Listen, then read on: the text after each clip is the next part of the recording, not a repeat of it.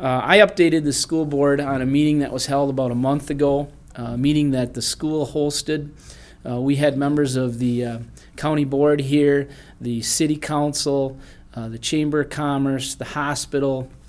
And what we did at that meeting was we first went around the room and talked about whether those people that were at the meeting felt like there was a need in this community for a recreational facility. I talked about how our pool is 40 plus years old.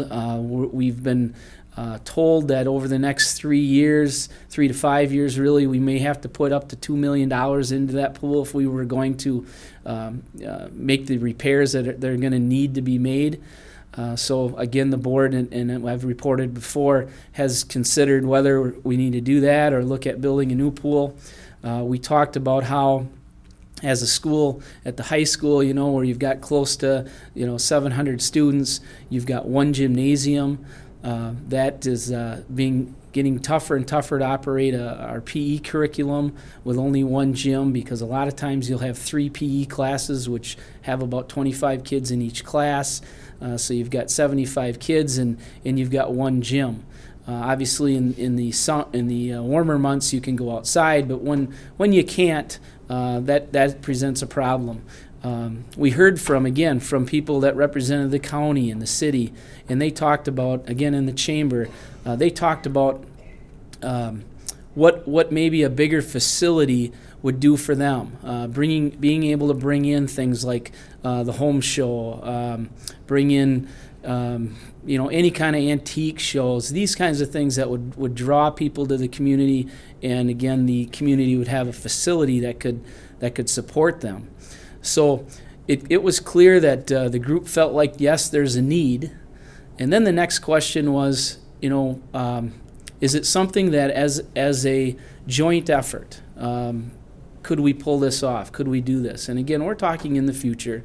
No definite plans have been made yet, but we are at least beginning the discussion. And this time around, it's not the school district going at it alone. We're trying to see if there's some other entities, some other community organizations that would be willing to help. So we're going to continue those discussions. We're going to have another meeting in May, and we're going to look at some drawings of different ideas. We're going to look at a pool, if we had it, that would have an outdoor sun deck, so that it can be obviously used year-round. But in the summer months, if you're up there, you'd be able to sit outside and look inside and see see your kids swim, if that's what the case is. Those are just some ideas, again, that this group is interested at this point in talking about, and seeing if it's something that we could make happen here for the Medford area.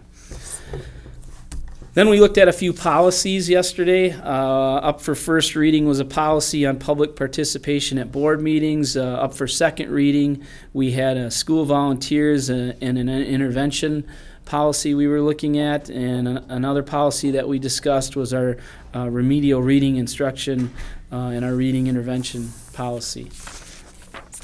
Another item that we had to take care of last night, we have discovered that the Medford School District has never legally or officially changed its name.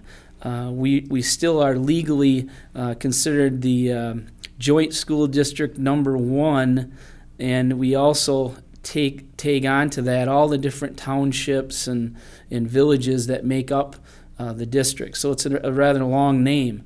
We officially made our name last night the Medford Area Public School District. So that will be on all our legal documents going forward. The last item that we discussed is a big change for our high school for next year, and this is just for the high school, and it's just for the first day of school. What we're going to do is we're going to extend our freshman academy.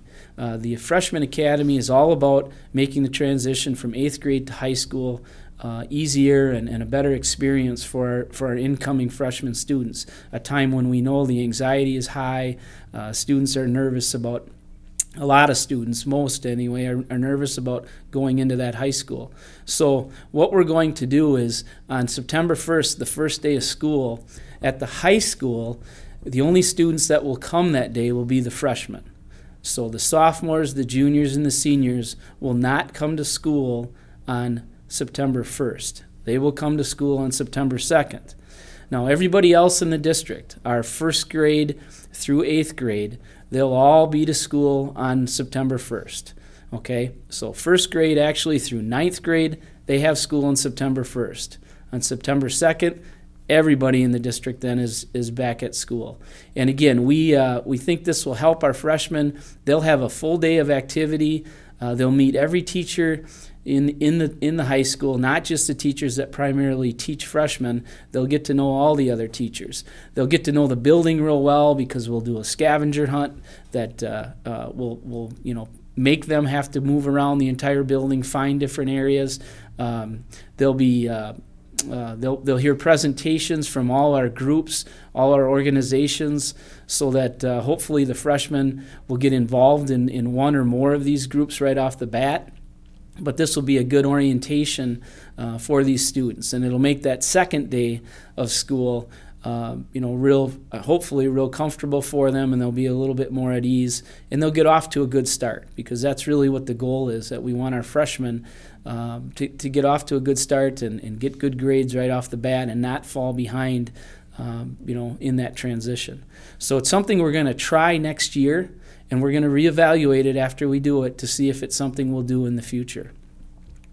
I also want to take a second and talk a little bit about another big change for this district starting in the fall of 2010. Currently, our pre-K program operates on 4 half days, Monday through Thursday.